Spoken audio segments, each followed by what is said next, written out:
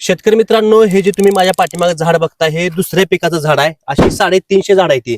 आणि जर तुम्ही ह्या झाडाची आता जर सेटिंग बघितली, अगदी बुडापासून वरती शेंड्यापर्यंत भरगच असं सेटिंग आहे. एका झाडाला जवळपास 200 प्लस सेटिंग आहे. आणि सेटिंग जवळपास ह्यातलं 70% सेटिंग हे खोडावरती आपल्याला बघायला मिळतंय. हे जे तुम्हाला शायनिंग असेल किंवा ह्याची साईज तुम्हाला बघू शकता तुम्ही. आणि खरं तर हे सगळं शक्य झालंय कसं, आपण शेतकऱ्याकडून जाणून घेऊया.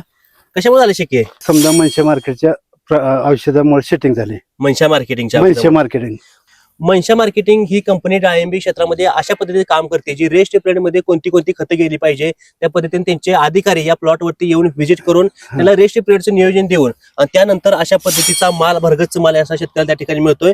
यानंतर शेड्यूल कसं असणार आहे, पुढे कोणा मार्गदर्शनाखाली असणार आहे? यादव साहेबांच्या मार्गदर्शनाखाली त्यांचे मनशाचे प्रतिनिधी. मनशेचे प्रतिनिधी या भागामध्ये मनशाचे प्रतिनिधी यादव साहेब काम करतात आणि त्यांच्या मार्गदर्शनाखाली हा 350 झाडांचा हा प्लॉट आहे.